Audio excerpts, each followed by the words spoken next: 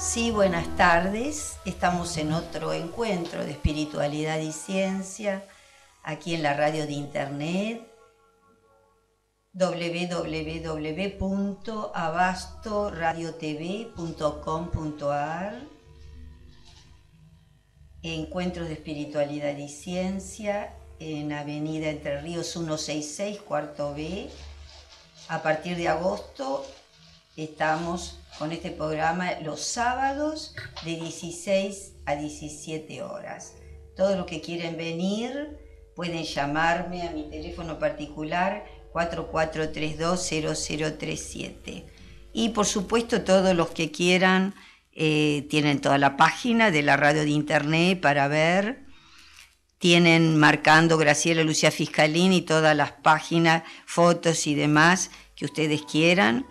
Pueden enviar al email, a la radio, todas las sugerencias y demás a info@abastoradiotv.com.ar o se comunican con Martín Enríquez, el director de la radio, 1532576581, 1524297137. Pueden pedir, comunicarse, difusión, y como decía, todos los que quieran venir me dejan mensaje, quiénes son, al 4432-0037, mi teléfono particular. Y bueno, es un programa muy amplio en donde sobre todo yo difundo el movimiento de la psicología transpersonal, por ahí nuevas propuestas educativas, culturales, en especial desde el arte, todos los artistas plásticos, poetas, escritores, actores, actrices pueden venir, compositores, cantantes, es decir, todos los profesionales de la música, del arte, en todas sus expresiones. Por supuesto también difundo movimientos de filosofía, pero una filosofía perenne, ciencia sagrada. Por eso siempre comento acá el grupo de Metafísica de Buenos Aires, la línea Connie Méndez, que es una metafísica contemporánea, y bueno, un discípulo que está todo a cargo de la difusión de este movimiento en América Latina y en el mundo, con Rubén Cedeño, que hay muchísimos libros, muchos encuentros, y hay que tendría que traer, bueno, es una larga lista, todas las distintas centros de metafísica que hay en la República Argentina, y también va por España y el exterior y muchos lugares, dando sus charlas, conferencias, cursos, etc. Bueno, decía entonces que desde la filosofía transmitimos una filosofía metafísica, una filosofía perenne, una filosofía que tiene en cuenta toda la mística oriental, en especial y occidental, y por eso también difundo lo de la creación de la fundación teosófica, creada por Elena Blavatsky, que también tiene, y luego voy a hablar de algunos de sus libros y toda la filosofía que ella predica, que la denominó teosofía. Por supuesto que la teosofía es antiquísima, como la metafísica, son antiguas, pero bueno, cada uno en el siglo XIX, en el XX, hizo una revisión de todo esto. Mañana hay una conferencia, una charla muy interesante en la Biblioteca Teosófica, que está en Agrelo 3050, y va a ser acerca del lenguaje de los síntomas a través de los pies. Es un enfoque de la reflexología holística, y la expositora es la profesora Mónica Vargas, muy interesante. Estuve también que invité, esto va a ser mañana, domingo 30, a las 18:30 son estas charlas. El domingo 23 escuché muy interesante, por supuesto, también toda una filosofía esotérica, teosófica. Habló el licenciado Gustavo Cía, que también le comuniqué de la radio si quería venir y demás, el tema era ¿qué entendemos por alquimia? ¿Por qué la alquimia como sendero de realización interior y como vía de santificación de la materia? Bueno, habló de varios centros, varios alquimistas, el sentido de la alquimia, etcétera, etcétera, etcétera. Y creo que va a dar otra charla, Gustavo, en donde va a ser la relación en especial con la psicología, porque evidentemente todos los que de alguna manera seguimos la línea de lo que yo denomino la psicología de vanguardia, que para mí uno de los movimientos es, bueno, la nueva Gestalt y en especial la psicología transpersonal, creo que es la psicología o el psicoanálisis más holístico, más integral, que justamente incorpora todos los aspectos del hombre, lo físico, lo somático, lo psíquico y lo espiritual, esta dimensión trascendente como parte del ser humano. Así que bueno, son muy interesantes estas charlas. Luego voy a traer, que me olvidé, el programa nuevo para el segundo cuatrimestre, lo que queda del año, ¿no es cierto?, con estas charlas que están todos los domingos. Ayer también y todos los viernes, los últimos viernes de cada mes, muy interesante, las películas, hay cine con debate, luego sorteo de libros, está a cargo, como decía, de la licenciada Eleonora Martín. Los últimos viernes del mes presenta distintas películas muy interesantes. Ayer se proyectó, todas con debate, comentario, luego de terminar la película, y también sorteo de libros. El título de ayer fue Entre los muros, una película en idioma francés que del año 2008, bueno, un drama, y bueno, muy interesante para todos los docentes, alumnos y demás, que ocurre en un centro en Francia, en los alrededores de Francia, por supuesto, porque esto es interesante. En Estados Unidos lo mismo. Muchos inmigrantes y sobre todo los latinoamericanos tienen su propia escuela. La gente por ahí que vive hacia los alrededores de la capital tiene su escuela, es decir, no van con la gente del lugar en general. Esto es interesante. Yo creo que el espíritu de nuestra escuela pública es albergar a todos los que van, no importa de dónde vengan, ¿no? Es como que creo que tratamos de no hacer diferencias entre razas, culturas, pueblos, distintas situaciones.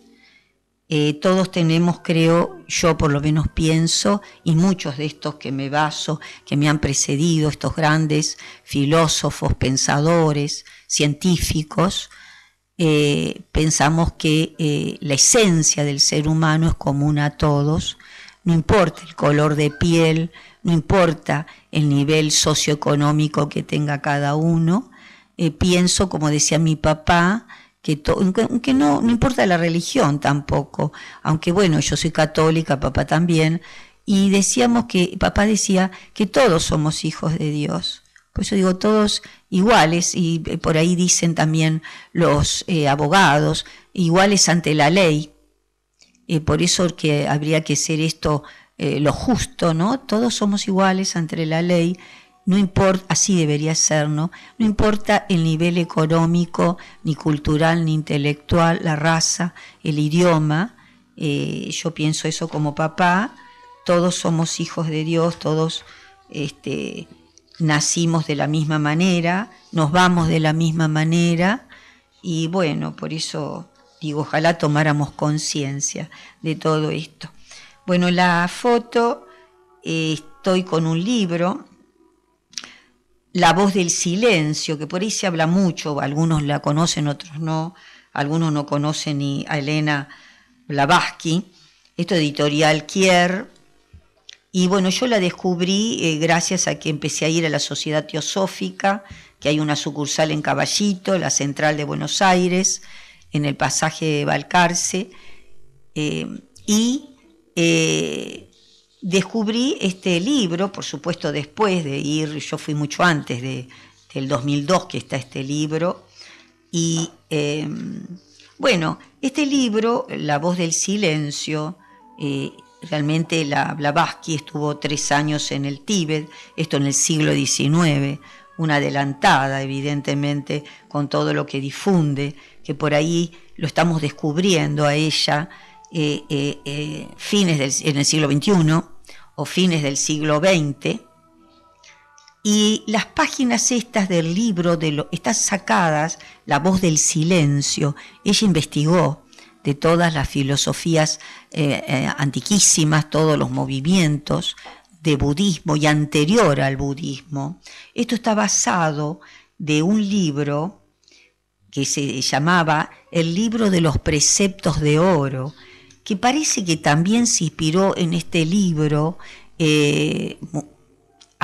muchísimos siglos anteriores el maestro Pitágoras también, y por eso tiene esos versos que yo decía y que en alguna oportunidad los traje, los versos de oro de Pitágoras. Y bueno, evidentemente también la Blavatsky conocía a Pitágoras y tuvieron ellos puntos en común por eso. Elena entonces investigó, descubre el libro de los preceptos de oro, una de las obras que figuran en manos de los estudiantes. Todos los estudiantes de misticismo en Oriente lo comentan, lo leen, lo conocen, todos los yogis, etcétera, etcétera. Su conocimiento es obligatorio en aquella escuela cuyas enseñanzas son admitidas por gran número de teósofos.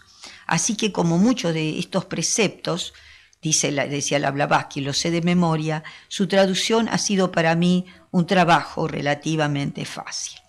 Lo tradujo, por supuesto, ella era de rusa, y bueno, muchos de los libros de la Blavatsky, bueno, ella lo tradujo, por supuesto, del idioma original, mucho en sánscrito, y aprendió por eso con los maestros en el Tíbet, en la India, y bueno, bien sabido que en la India los métodos de desarrollo psíquico varían según los gurús, preceptores o maestros, no solo por el hecho de pertenecer a diversas escuelas filosóficas, de las cuales hay 6, sino también porque cada gurú o maestro tiene un sistema propio que mantiene en secreto. Pero más allá de los Himalayas, el método seguido en las escuelas esotéricas no varía a menos que el gurú sea un simple lama de conocimientos no muchos mayores que los de aquellos a quienes enseña.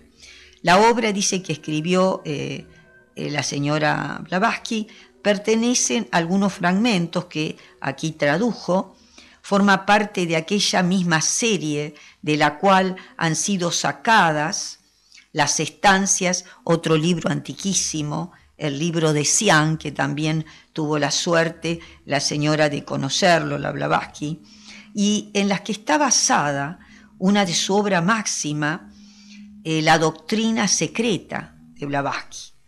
Bueno, este libro de los preceptos de oro, por supuesto, reclama igual origen que la gran obra mística denominada para Marta, la cual, según nos dice la leyenda de Nagarjuna, fue integrada por un gran maestro, un gran arján, y que por ahí se llamaban las serpientes, que eran los títulos que se les daba a los antiguos iniciados, los que sabían muchísimo todas estas máximas, todas estas ideas.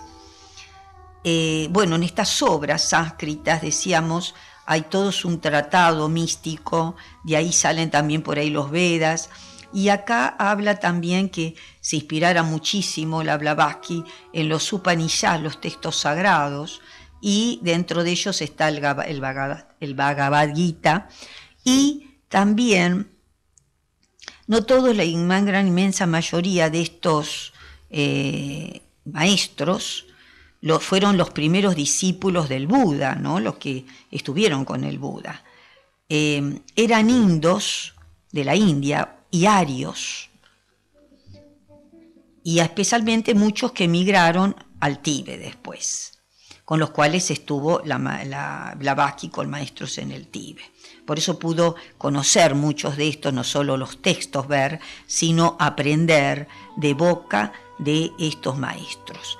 Los preceptos originales están grabadas en delgadas placas cuadrangulares, muchas de las copias lo están en discos, y tales discos o placas se guardan generalmente en los altares de los templos anexos a los centros en que se hayan establecido las escuelas llamadas contemplativas o mahayanas.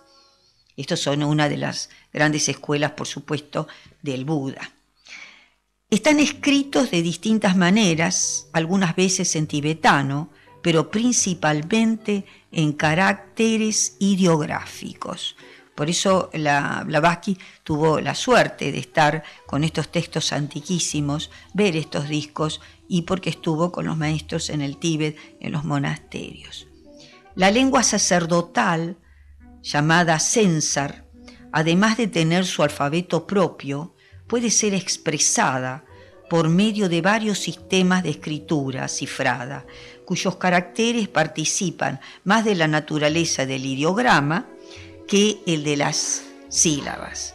Sí, por eso uno de los libros que de la Blavatsky que yo tengo, de las estancias de Xi'an, hay muchos de que tan parecen el original, textos ideográficos, que parece escritura china, ¿no? Esto, lo que dice la Blavatsky, es cierto, que muchas sílabas, mucho de este lenguaje es parecido a los ideogramas, ¿no? Que es la escritura ideográfica china. Otro método, el tibetano, consiste en el empleo de los números y colores. Esto es muy interesante, porque de acá después hablamos que han descubierto todos los numerólogos, todo esto ya se hacían en esas escuelas milenarias.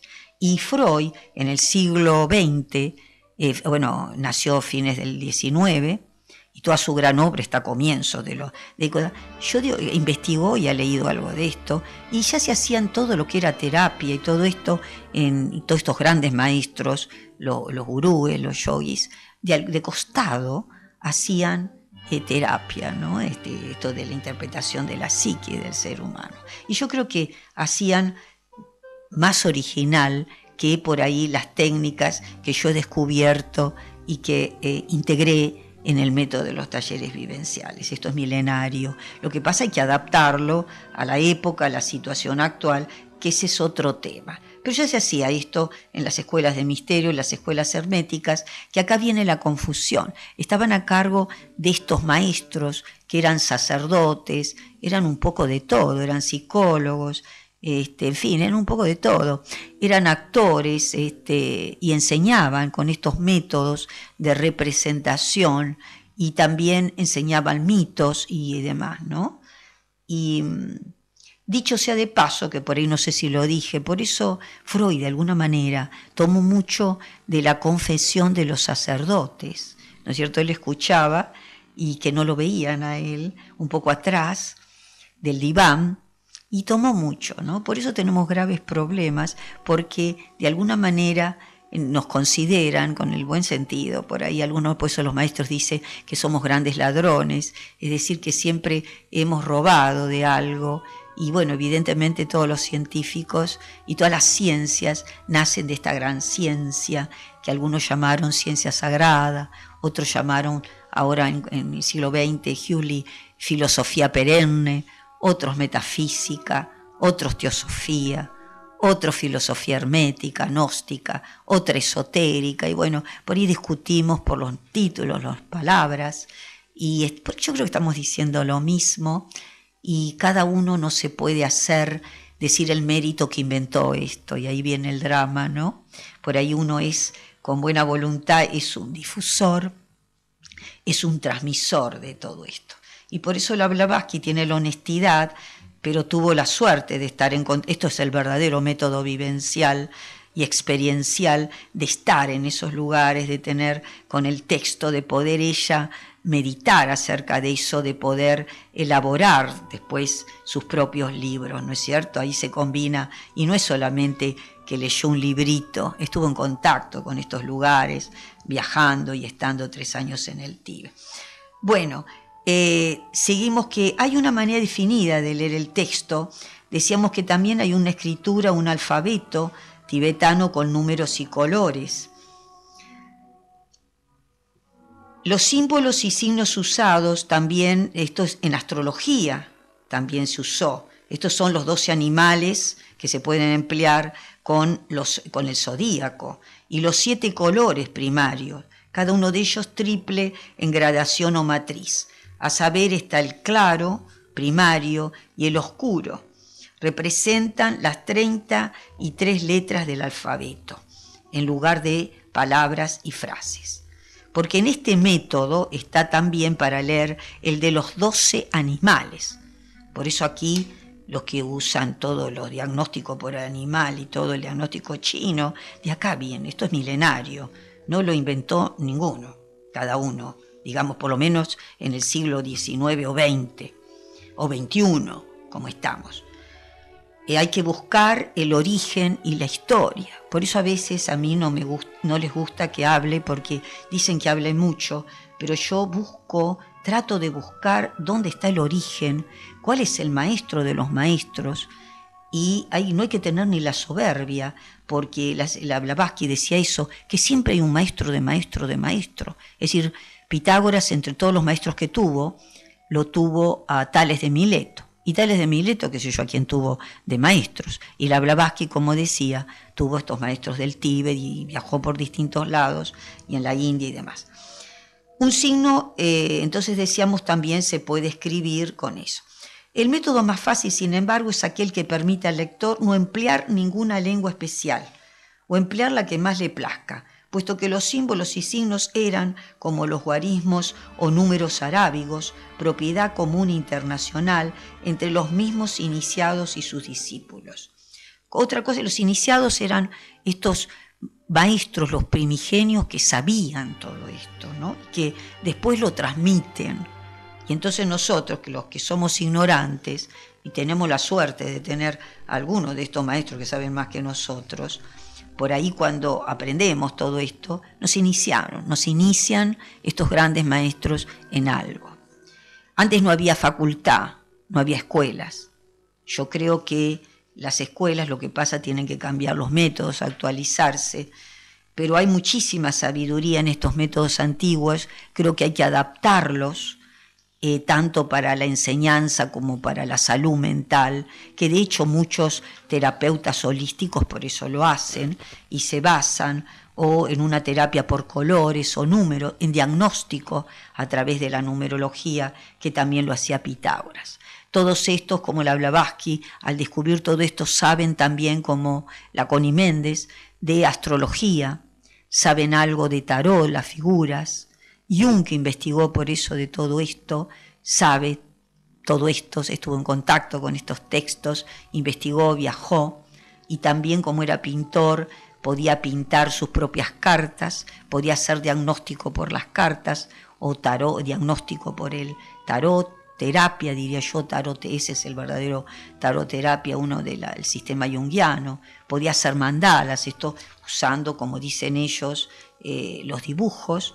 Hizo una adaptación, pero tampoco los 12 signos del zodíaco, que están también, seguramente Jung se basó para hacer los mandalas y todo, en todas estas figuras circulares. Por eso los tarotistas, que son buenos tarotistas, saben también algo de astrología como ciencia, saben algo de numerología, conocen actualmente o a partir del siglo XX algo de la psicología junguiana, porque Jung ya descubrió esto en el siglo XX, todo esto. Pero estamos hablando de la Blavatsky, que estuvo en el siglo XIX, 1800 y algo, y fue creada, gracias a ella, la Sociedad Teosófica.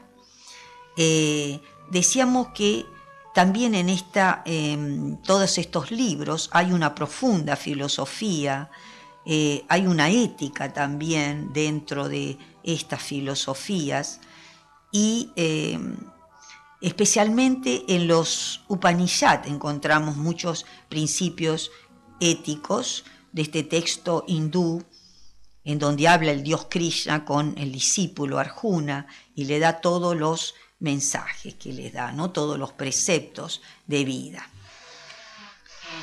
Ahí, bueno, hablan de muchas cosas que por supuesto combate, que también habla la Blavatsky, y yo de alguna manera lo traduzco en las poesías también, por eso que hago.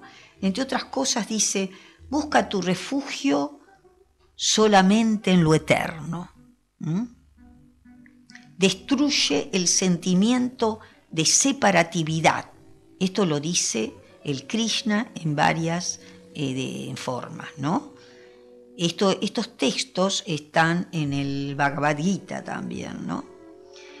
La mente, que se llamaba manas en sánscrito, que se abandona a los errantes sentidos, deja el alma es en sánscrito buddhi, de ahí viene Buda, tan desvalida como la barquilla que es arrebatada por el huracán sobre las olas.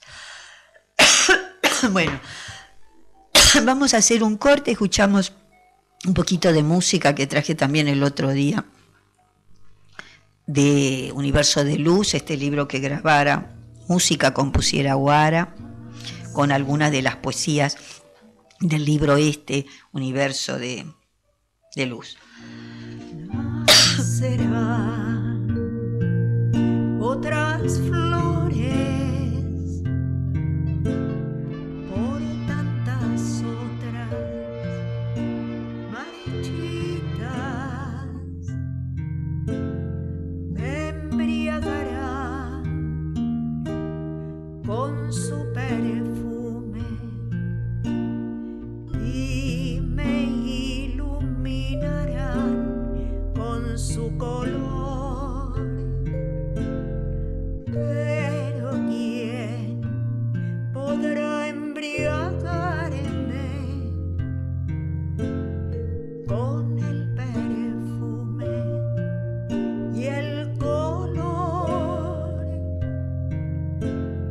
de la luz de tu amor?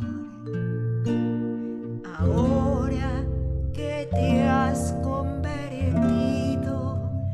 en el eterno infinito,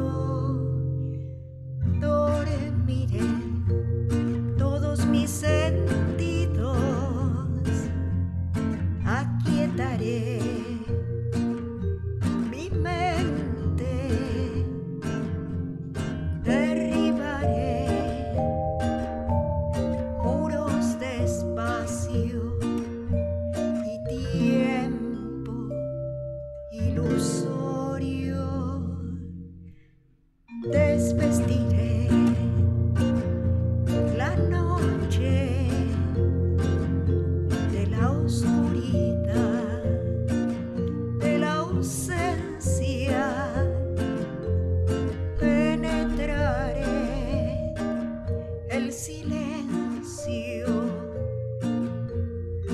me entregaré al viaje del corazón para despertar la memoria de tus caricias,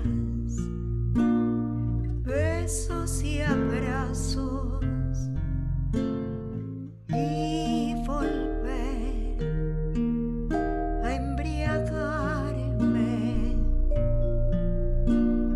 con el perfume y el color de la luz de tu amor. La la la la la la.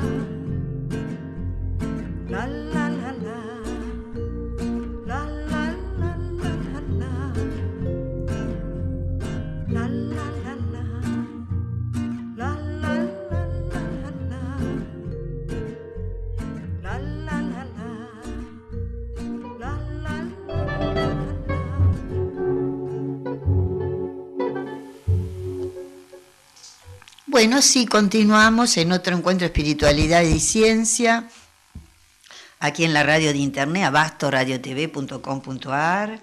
Como decía, bueno, todos pueden escucharnos y después seguirnos viendo las fotos, escuchándonos. Están los programas, quedan en la internet, en la radio, grabado, pero programas nuevos, estamos todos los sábados, 16 a 17 horas, acá en Entre Ríos 166, cuarto B. Estaba diciendo, bueno, de este texto que se inspiró en los preceptos de oro, Elena Blavatsky, La voz del silencio, que podría llamarse también la voz insonora, literalmente, quizás debería leerse como la voz en el sonido espiritual. Esa sería la voz del silencio, ¿no? Siendo nada el término equivalente en sánscrito a la palabra sansar. Aquel que pretende oír la voz del nada, de ahí nada viene en término que equivale a esta palabra sansar o la nada, el sonido insonoro, comprenderla, tiene que enterarse de la naturaleza del dharana. Esto parece muy complejo, pero quizás los que saben algo de psicología transpersonal me entiendan perfectamente, porque hemos hecho la adaptación de esto y, por supuesto, Freud en psicoanálisis hizo. El dharana es la intensa y perfecta concentración en la mente, en algún objeto interno. Para Freud sería ir al inconsciente, bucear, acompañada de una completa abstracción de todas las cosas pertenecientes al universo exterior o al mundo de los sentidos. Para lograr esto tenemos que aquietar la mente. Para lograr esto, dicho en otras palabras, es lo que Grof y todos los transpersonales hablamos de técnicas de expansión de conciencia, por eso están tomadas de la meditación, de la relajación, de la respiración, pero adaptadas al psicoanálisis, al siglo XX-XXI, y bueno, esto es lo que han hecho los psicólogos transpersonales, por eso es una, para mí, de las psicologías más profundas, más espirituales. Y acá, bueno, sigue diciendo la Blavatsky en La voz del silencio que las presentes instrucciones que da en este libro son para aquellos que ignoran los peligros de Idi, los inferiores. ¿Y qué son estos, los Idi? Es una palabra también en hindú. Pali es otro idioma. Pali, porque está sánscrito, Pali, hay distintos idiomas antiquísimos hindúes. La palabra Idi, con 2D y con una H, es sinónima de la voz sánscrita siddhis, los siddhis, que son las facultades psíquicas que tenemos todos. Son los poderes, pero estos son los bajos, son los poderes anormales del hombre. Están los bajos, hay dos clases de siddhis. Las facultades psíquicas, que por ahí esto se lo traducen como poderes anormales, son por ahí que son los poderes latentes, es decir, como no los vemos, no los tenemos desarrollados, parece que no los tenemos. Y algunos que tienen esto, porque lo practican o porque tienen, yo diría, tendríamos que vivir internados en los talleres vivenciales, entonces puede desarrollar facultades, creatividad, una expansión de conciencia y empieza a tener otras facultades, ¿no? Entonces decía que hay dos clases de siddhis.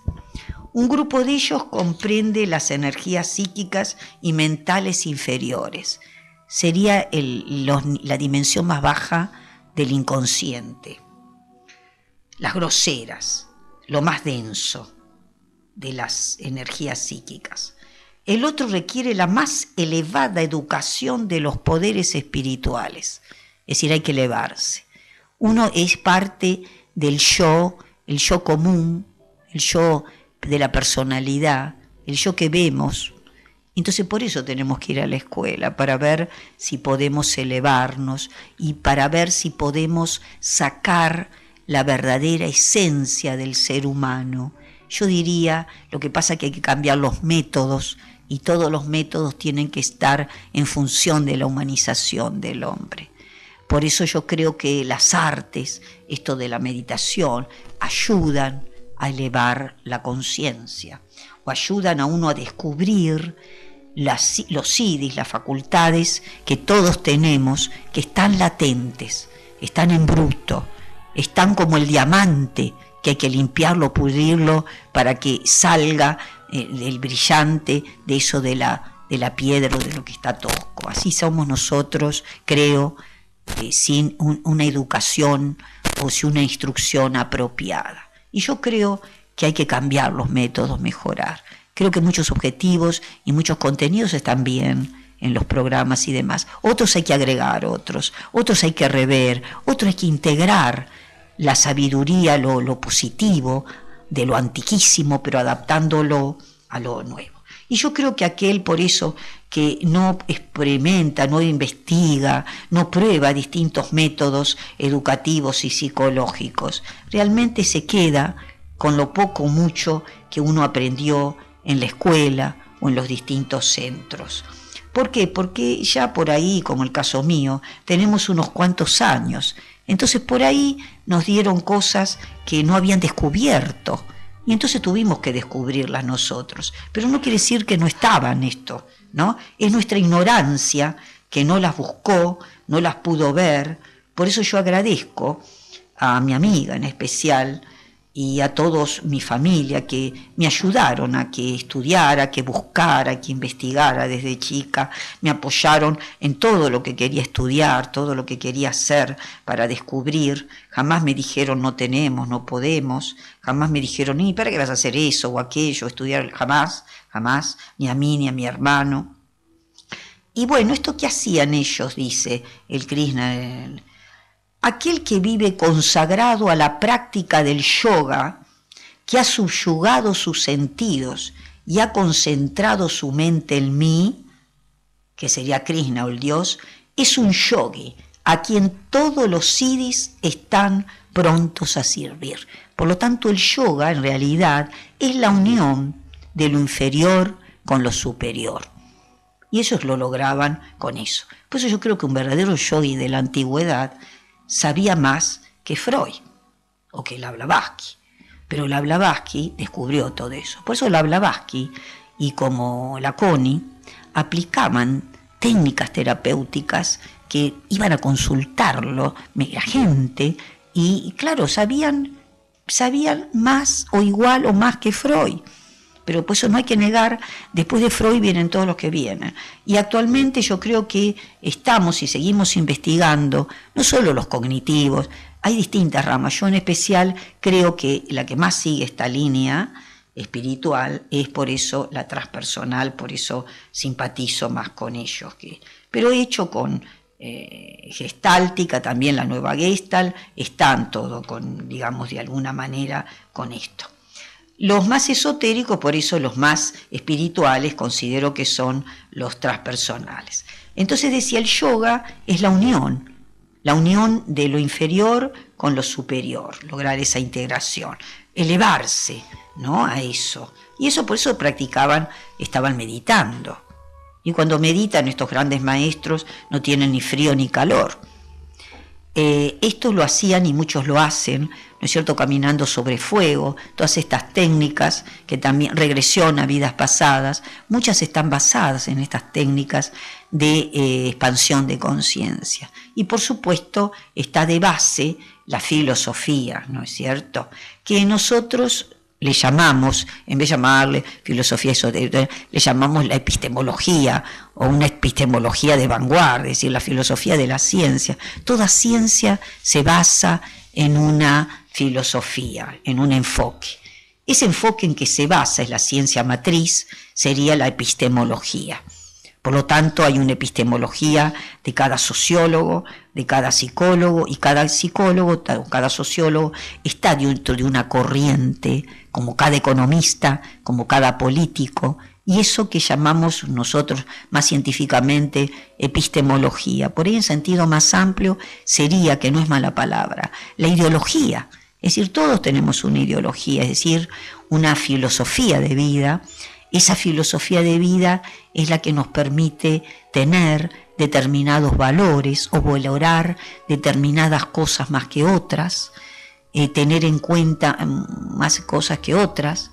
Y yo creo que los valores van a estar siempre. Y como diría Max Scheler, que sabe más que yo, sabía más que yo de valores, hay toda una escala de valores también. Los valores más altos son estos, los espirituales, los transpersonales, los trascendentes. Y esos son los verdaderos, yo digo, valores del amor. El amor, el verdadero amor, es un amor espiritual, es un amor así trascendente, es el amor que por ahí no tiene nada que ver con el sexo, es el amor al amigo, a la amiga, es el amor a la madre, al padre, a una tía, a la abuela. Cuando uno la ama realmente con profundidad, es un amor maravilloso eso, ¿no? Bueno, entonces hay que abandonar eso, lo denso para ellos, lo falso, y no quedarse con esa mente. Cuando por ellos hablan que hay de trascender la mente, es trascender la mente inferior. Por eso también la Blavatsky habla de un manas inferior y de un manas superior.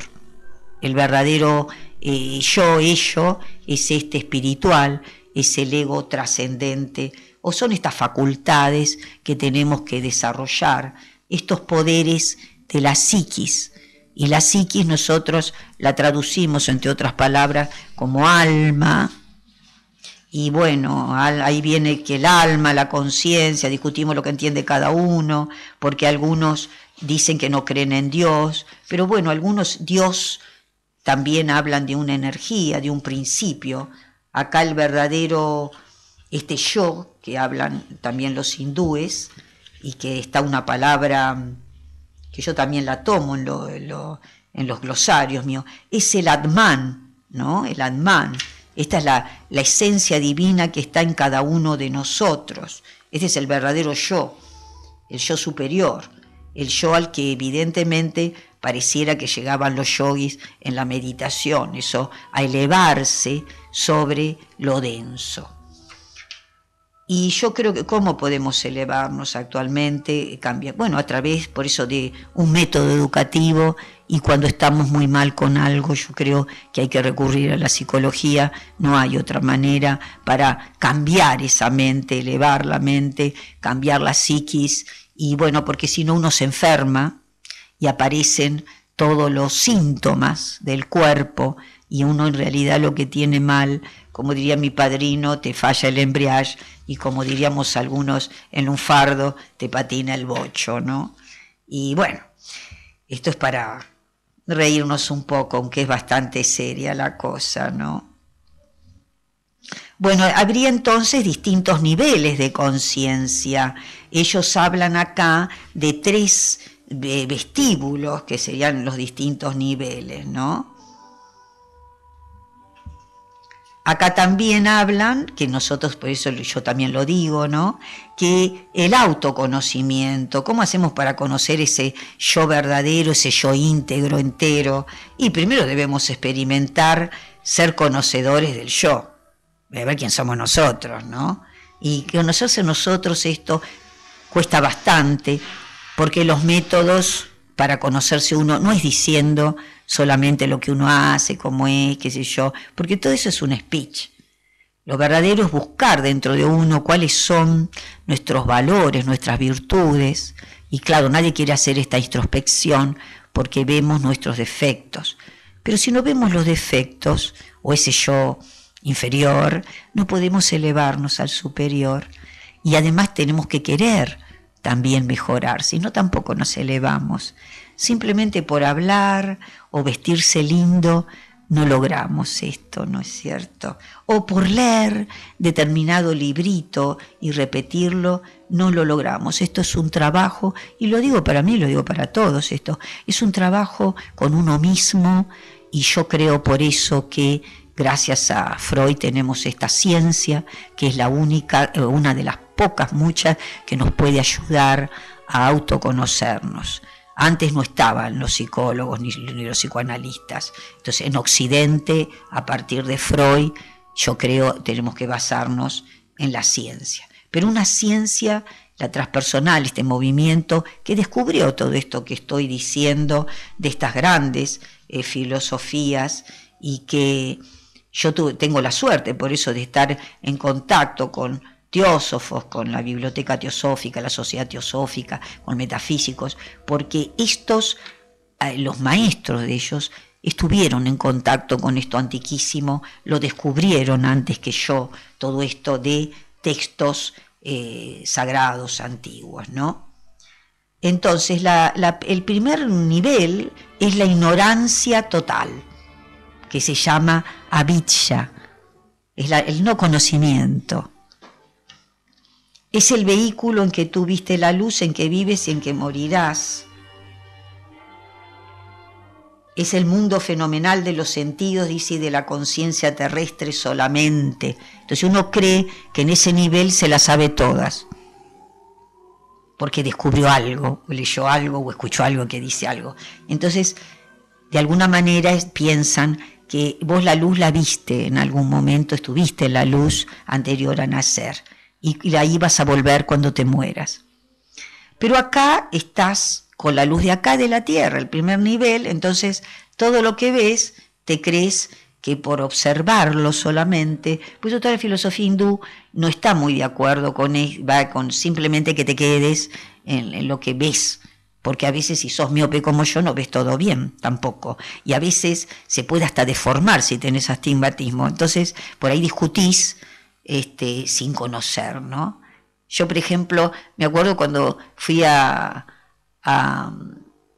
Costa Rica y con todas esas flores y plantas que vi, todos los colores, yo creía que había una o dos clases de tal flor o de otro. Cuando vi a las ranas y fotos, yo hubiera peleado 1000 veces que las ranas son verdes, porque viste, con la ignorancia uno el primer nivel piensa que son verdes, como los pájaros, que por ahí uno dice, entonces vi ahí en Costa Rica, en Panamá, en Guatemala, los pájaros con las plantas azules, verdes, los loritos, que hay loritos manchados, hay de todos colores, entonces hubiera discutido todo eso. Y por eso digo, esto hay que elevarse, hay que buscar, es un trabajo de autoexploración con uno. Bueno, esto es para mucho seguir, hay muchas cosas que para seguir, quizás, bueno, lo siga hablando de la voz de silencio que está sacada, por eso, de la Blavatsky, descubrió, investigó, aprendió directo con los maestros de ese libro fantástico, Los Preceptos de Oro, que también tuvo conocimiento Pitágoras, en el 500 y pico antes de Jesucristo, y por supuesto la Blavatsky se basó mucho en después los discípulos del Buda, lo que escribieron, y en estos textos originales, y las estancias de Xi'an, todos estos textos que es pre-búdico, es pre-pitagórico. Entonces, por eso digo, todos tuvieron maestros, ellos también, todos tuvimos algún maestro, algún preceptor, algún instructor, alguien, un facilitador, como dicen los de metafísica, que nos dio a esto, nos ayudó, o nosotros descubrimos todo esto, ¿no? Bueno, espero que pasen un feliz fin de semana. Yo me voy con mis sobrinitas a ver dónde quieren ir a pasear, hoy sábado, y con Agustina y Antonella. Y bueno, será hasta el próximo sábado, como siempre, en otro encuentro Espiritualidad y Ciencias. Y bueno, no viene ningún invitado, pero ahí sigo comentando porque hay mucho para decir. Esto es un librito chiquito, pero muy denso, el de La Voz del Silencio, y que hablándolo quedan muchas cosas, ¿no? Yo saqué también muchos aforismos, muchos pensamientos en mis libros que tienen mucho que ver con todas estas filosofías y con todo esto y con todo lo que he ido descubriendo y todas las charlas, conferencias, todos los libros, en fin, todos los distintos lados. Por eso en realidad nunca nadie inventa nada, pero sí puedo decir que el método que yo propongo es una compilación y es una idea original, es mía la compilación, pero no inventé las técnicas, no inventé la epistemología yo, pero sé en qué me baso, en qué línea, en qué fundamento. Por eso es importante que cada uno sepa dónde está parado y hacia dónde va, hacia dónde dirige, creer qué es lo que puede lograr con su método. Yo creo que no hay métodos buenos ni malos, sino que depende cada uno lo que use y lo que crea que pueda, qué puede servir y quién y qué y en qué momentos. Y creo que todo hay que seguirlo renovando, actualizando, y lo que hoy puede ser válido, yo creo que es válido para hoy, mañana por ahí se descubre otra cosa, otra nueva ciencia, y bueno, hay que por eso estar abierto, ser flexible al cambio. Yo sé que el cambio asusta, nos asusta a todos, pero si no estamos abiertos a estos, el cambio nos pasa por encima. Y yo decidí hace unos años que me desperté un poquito de todo esto, que quiero estar corriendo al lado del cambio, porque si no el cambio se me viene encima todas las cosas, y después me voy a estar quejando que alguien tiene la culpa de lo que me pasa, y lo que me pasa no depende de mí. Por eso yo les digo, no hay redentores, ni buscar redentores, ni nada. En uno están el potencial, en uno está el verdadero poder, y uno tiene que descubrirlo, y tiene que saber por eso, por qué hace lo que hace, para lo que hace. Y yo creo en Dios, por supuesto, tengo fe. Algunos pueden creer en la naturaleza, en fin, en lo que quieran, en el amor, en la madre, en un amigo, en la amistad. Yo creo que Dios es un poco de todo eso. Yo creo que Dios es también la sabiduría, el conocimiento, es la verdad. Y bueno, esto hay que buscarla constantemente, es un camino que no termina nunca, esto del cambio, de la evolución. Y bueno, pero por eso digo que todos pasen hoy un feliz fin de semana, que les sirva un poco todo esto que escuchan, que todos los que quieran venir a difundir sus libros, lo que escriben, lo que pintan, pueden traer, por eso digo fotos, acá sacamos las fotos, la pueden mostrar, y por supuesto nos pueden explicar qué es lo que hace cada uno, qué es lo que dice cada uno. Yo por eso también comento mis libros, ¿no? Y leo de otros, por supuesto. Bueno, hasta un nuevo programa, el próximo sábado. Feliz fin de semana.